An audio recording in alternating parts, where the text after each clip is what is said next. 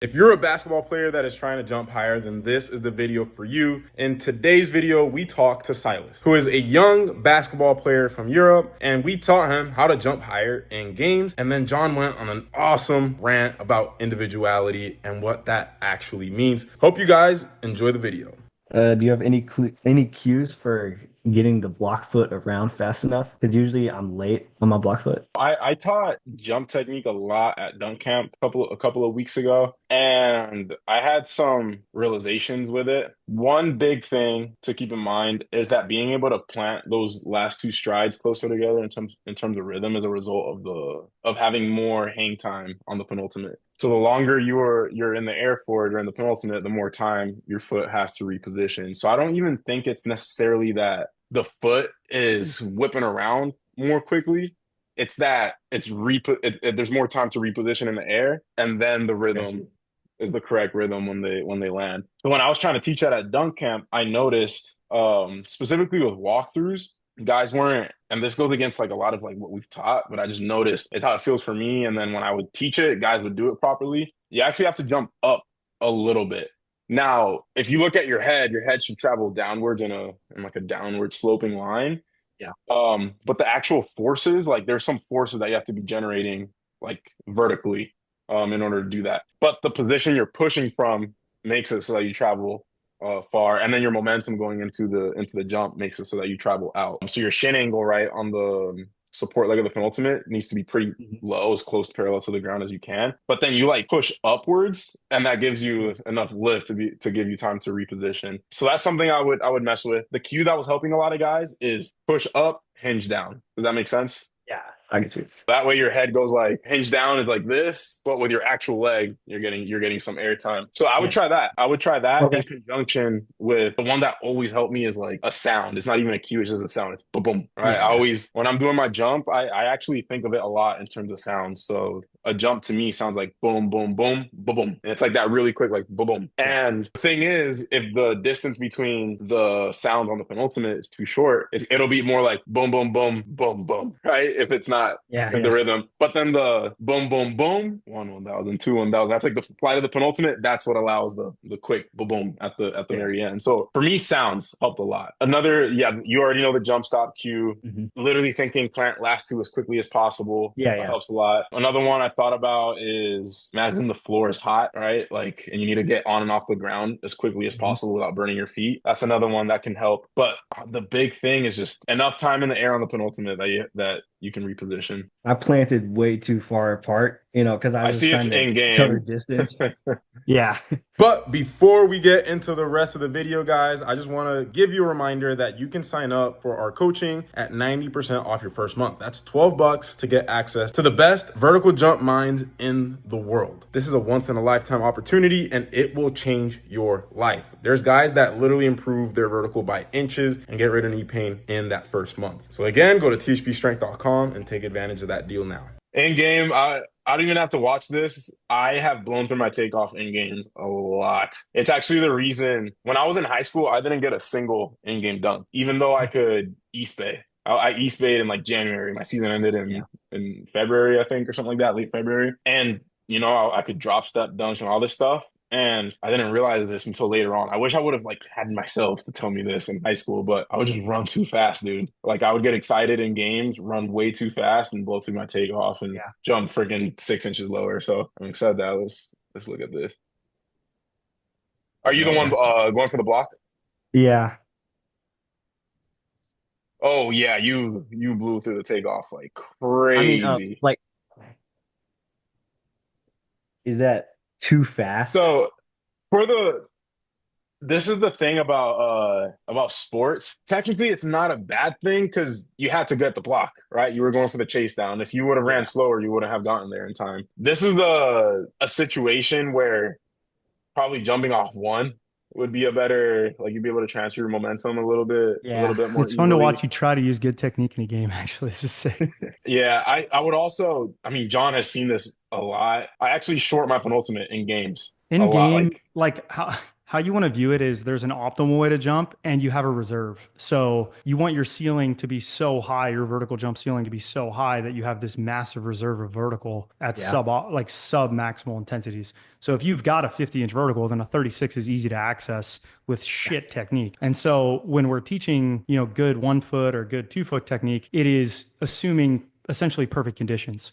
When you're in a game, and the idea is that eventually it's automatic and you don't have to think about it. But Isaiah's never thinking about, I'm going to do X, Y, and Z things in a game. There's not that much processing. Yeah. Now, in a dunk session, like with Josh, or, he's a good example because we're working on the same thing with him. That's when I want him working on it. And I've given him like, okay, look, for 2 weeks, we're going to work on this. Week 3, no words, nothing. Just figure it out. And he knows the cues. It's not like you got to re-say them 15 times. And then eventually you do that enough times where it becomes automatic, right? Like if you've ever learned throwing a baseball, yeah, at first your dad had to teach you how to throw a baseball or your coach had to teach you how to throw a baseball, but eventually you started to figure it out. And now, when you're on a mound, if you're a pitcher, yeah, you're using all of those ideal qualities. But if you're also playing, let's say you move up in high school and you were a pitcher in grade school, now you know how to throw 100 miles an hour. So for you to just throw 60 or 70 or 80 is super easy, right? Like it's like, oh, that's Yeah. not even hard. I could just do this with a little crow's hop and just, dart the ball over there and I'm good to go. Like how to coordinate things and the timing is fluid. And what's Yeah. funny is, Silas, so my PR vertical is 50.5, right? How many times do you think, Little like, flex. just guess how many times do you think I've jumped 47 inches in a game? A lot, probably. Zero. Maybe Zero. once. Oh, shoot. Never I Maybe don't mind. that think I've one ever. two-hander in game where you dunked on that guy and he threw you a lob. Yeah, yeah. Even then, Probably I would not say like even. my highest jumps ever in a game, I'm probably like 45, 46. I don't think I've ever gotten a full, like I have a full approach. My timing was perfect and it just everything lines up and I jump, 50 inches. And that's why, me and John, I want to use an explicit word, but we love John Morant. We get really excited watching him in Mhm. games because he's somebody in suboptimal conditions gets his head at the rim. He's jumping 46 in games, right? So yeah, all that to say is I wouldn't overthink it in games. It's more perfect it outside of the game scenario. Get your Mhm. outputs as high as possible, and this is gonna get better over time. Okay. What age group is this for basketball? How old are you? I was 15, so 15. Yeah, you have like literally like a year of practice, 2 years of practice, and like you're pinning this guy off the backboard and yeah. looking at him at the same time. But yeah, to analyze the jump, it was you're having too much speed, and then you did use like great technique here.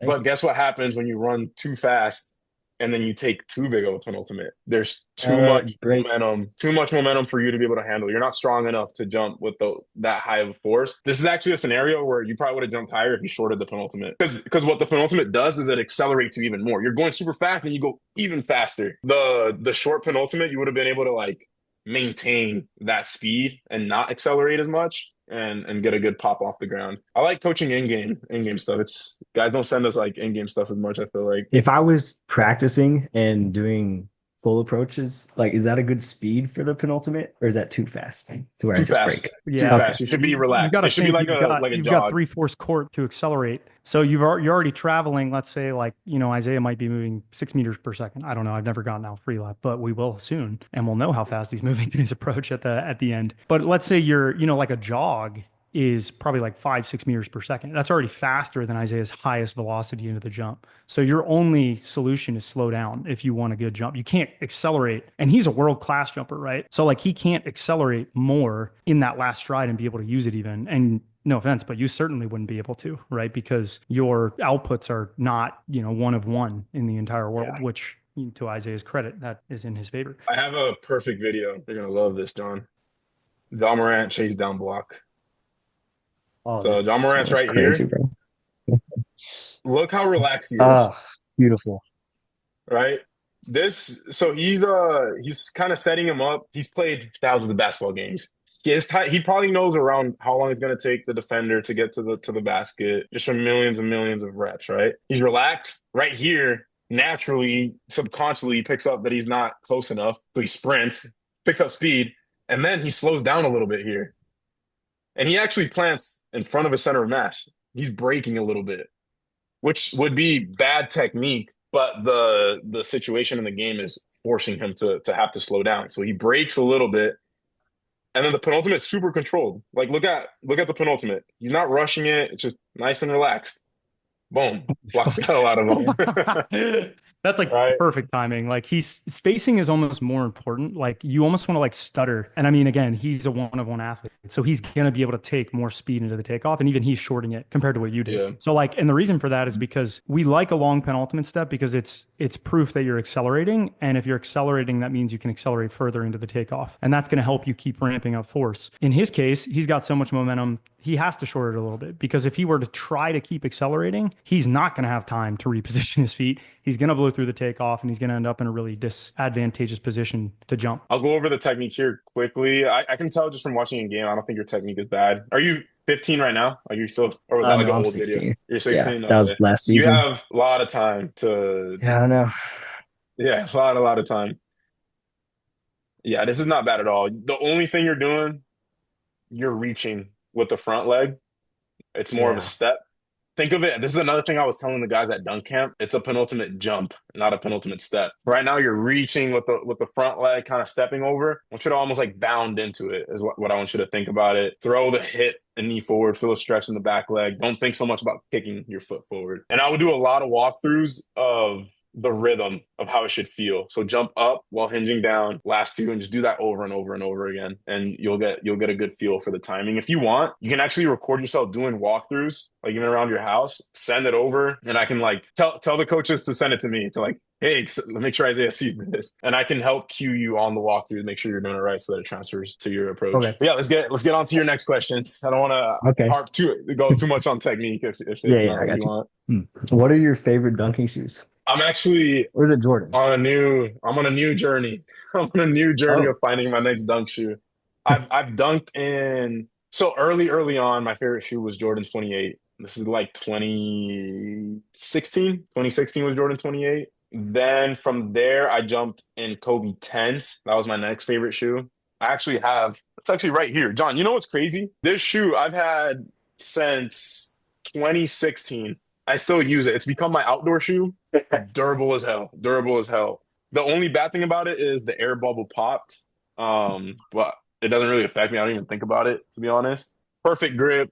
It's durable aside from the air bubble popping. And I think they're about to, I think it's called PEs or whatever, like when they redrop them. My next shoe, then my favorite one after that was Kobe 6. Huge downside to it is I break the heel open a lot. That's the reason I'm actually looking for a new shoe now is I got tired of super gluing them and it's been enough time. It's been enough time. So I'm currently in the market. The next three shoes I'm testing, one of them is actually Kilgannon's shoe that just dropped, the serious player only shoe. It felt amazing on my foot. It was just too small. So I'm just waiting on a bigger size to come in. Leaning Gammas, I'm going to try those. Those also felt amazing, but they don't have an 11 and a half. So I got an 11 and a 12 and hopefully one of those fit. And then the Way of Wade, I always forget the name, 808 5 Ultras is the other one I'm trying. So it's going to be a little bit of a testing period, but all those shoes, amazing grip. They fit well and comfy, good cushioning. Yeah, they're all really, really good shoes. how do you decide what the focus will be for each cycle? Like, do you already know what the progression is going to be? Like, if somebody does a year, do you have each cycle already planned out? No, this is a good question. So I would best describe the program as a living, breathing organism. You get what I would say is like, hey, you're a healthy athlete, you want to jump higher, you're weak, you have a weak squat, you've got a low power clean, you're new to jumping. Cool. Well, there's a bunch of easy, low-hanging fruit. You need to get your squat up, you need to get your power clean up, right? There's tons of different ways to do that. And I think a lot of people have a misunderstanding of what individuality is. Individuality is not what people think it is. It's not this, oh, I'm going to create these new exercises for this athlete. And I'm going to use these never before seen, plyos that are just like world shattering, right? If you ask Isaiah what 99% of his training has looked like over the last 7 years, you're going to get like the same 4 or 5 things, right? Power clean, squat, hinge, calf raise, sprint, jump, right? Like, I don't care what, it's not about what individuality is it's adjusting to the response to training. So for you, let's say you go through month one and I'm collecting data. Like we're scientists, I'm a scientist, I'm collecting data on you as an organism and I'm saying, okay, what does Silas need? What is it that he's lacking. What deficiencies does he have? Okay, we just went through a month of max strength and he put all of his information in the beginning. So big things in jump training that you have to manage is one, knee pain. Two, you have to know what their strength level is and what their elasticity is. You've got to manage their body composition, but the overarching thing is definitely going to be health. So health is the first thing you want to address. And when you address that, odds are all of the other things are tertiary to it. And they don't even matter because you can't display force if you have tendon pain or cartilage pain. So I don't, and this isn't to you, but to anyone who misunderstands individuality, I don't give a shit what you think you need. I'm telling you what you need because I'm an expert and I've been doing this for 8 years. And this is based on the evidence and thousands of anecdotal pieces of experience that I've taken in and been able to kind of organize in my head, pull that information out and make a decision based off of. So if month one, a guy says, well, I have knee pain. Well, you sure as shit can't be doing, what are you going to do? You're going to go out there and jump on that? Okay, well, that's going to set you back immediately. That's what individuality is. Oh, well, you did your first month of strength work and guess what? You're still weak. Right. So cool. We need to get you strong. And so I think whenever people are like, well, like, a lot of people are on the same 3 or 5 month progression. Yeah. Because you're all the same fucking person. You're all weak. You all need to get stronger. You all suck at fucking power cleans. You have shitty jump technique, but you have healthy knees. Cool. Then yes, you need to do this progression. Now, week 4 comes up and you're like, hey, I was doing my drop split squats and all of a sudden my knee hurts. Cool. Coaching and individuality this is the adjustment you need to make in this season of your training so that you can improve long term. Like a lot of people just need to zoom out and be able to understand that this is not a 1 month, 2 month, 3 month solution. Like jumping higher is like running the 100-meter dash at the Olympics, and I'm treating you like a world-class athlete. I am treating you the same way that if Usain Bolt walked in tomorrow or Fabian walked in tomorrow and said, hey, I want to break the world record. Okay, cool. What are your deficits? Your Fabian Diorud? Okay, cool. You squat fucking 580 pounds for 3 reps or 650 for 3 reps. You power clean 160 kilos. That's like 360. You're 6'9". You're totally healthy and you've got a foot injury. Cool. You don't need strength work. You're not at the same place that Silas is. I'm not going to put him on the same thing you do. Or, like there's going to be wildly different programs. That's what individuality is. What people misunderstand is that most people fall into the same fucking bucket. And sorry, I'm cursing. I know like you're in high school, but this is hyper passionate topic for me is like most people are in the same exact position as you. I've seen this scenario of a European kid, a high school kid who's really weak, has bad jump technique and is really healthy. Like that's like 80% of our demographic.